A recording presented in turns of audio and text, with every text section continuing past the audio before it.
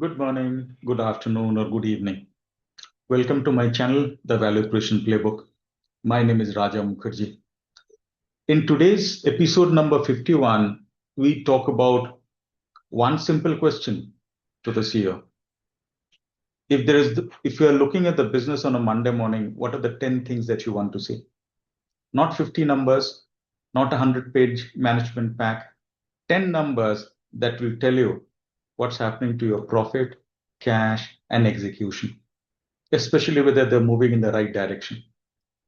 Because one of the biggest problem I see is that companies have plenty of reporting, but very little decision intelligence. So what is the Monday question? The first question is not, did we hit the monthly target? By the time that answer arrives, the month is already over.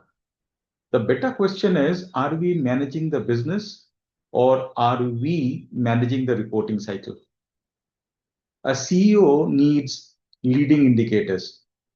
You need to know early when price realization is weakening, when customers are slowing down, when productivity is falling, or when working capital starting to absorb cash. Dashboard is definitely useful, but a dashboard in itself is not control. Numbers 1 and 2 are about revenue quality. I want to know 3 things immediately. What's coming in, why it is coming in, and whether the revenue is economically attractive. Look at bookings or orders, then separate price from volume. And finally, look at the mix and churn.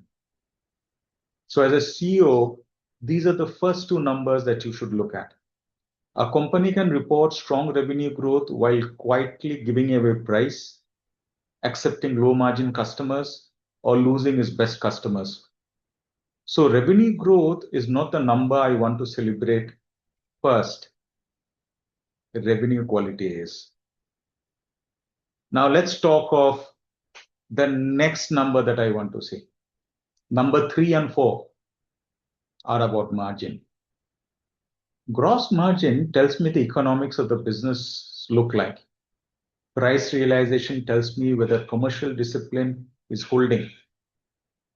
Cost to serve tells me whether some customers, products, or channels are consuming disproportionate resources. This is where many businesses discover that their average margin is hiding a very different reality underneath. One segment may be creating value while another is destroying it. So this is the second numbers that you need to look at. Let's move to productivity. Numbers 5 and 6 are productivity measures. Capacity is not productivity. You can have a factory, a service center, a sales team, or a technology organization operating at high utilization and still produce disappointing economics. I want to see revenue per FTE, utilization where it matters, and throughput or cycle time. The question is very simple. Are we converting the resources we have into useful output fast enough? That's the question you need to ask yourself and the team. Number 7 and 8 are about cash. Profit is an accounting outcome. Cash is a survival mechanism. I would watch DSO, inventory days, and DPO on supplier terms. A business can report EBITDA growth and still have a cash problem because customers pay slowly. Inventory accumulates or the supplier term deteriorates. That is why working capital belongs to the CEO's cockpit, not just in the finance department. This one is something that we often ignore, but number 9 and 10 are all about execution. So when I talk of execution, there are 3 things that you should track. And these are the areas where most management dashboards become weak. If you identify $100 million of potential value, but only $20 million is actually being captured, the opportunity is irrelevant. But I want you to know value at stake, actions on track, and overdue actions with named owners. That is key for you to know who is doing what or who is not doing what they're supposed to do. Strategy without execution is simply an expensive document. Now let's bring everything together. The CEO view. Now, when you bring everything together, the 10 numbers together, three things that is what you need to ask yourself.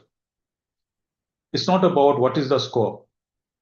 The question is what has changed between the last report and the current report. What moved? Better question, why did it move? And the most important question, what do we do next? That is the difference between information and decision intelligence. It's not after the fact,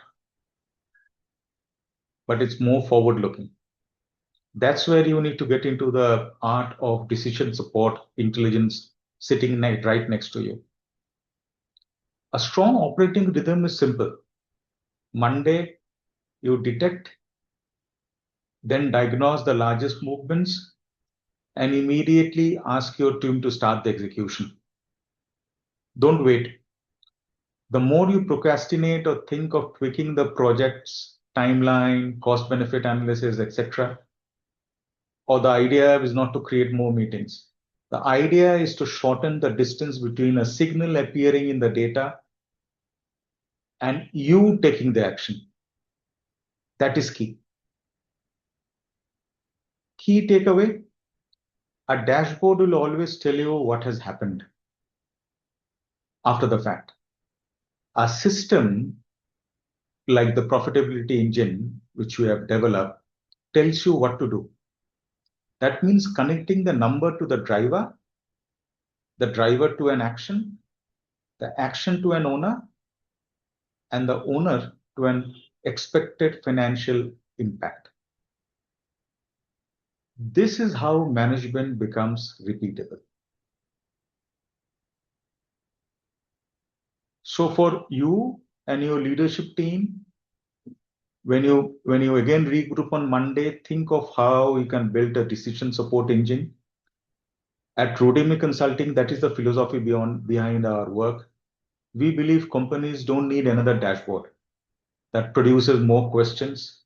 They need a profitability system that connects profit, cash, and execution. That is the thinking beyond the profitability engine and the value creation playbook. I hope you liked this particular episode. Leverage this for your decision support process. And I have given the QR codes here. Feel free to have a look at the platform, or better still, go ahead and book a time with me and my team. Absolutely happy to help. Till we speak again next time, take care, stay safe. Goodbye for now.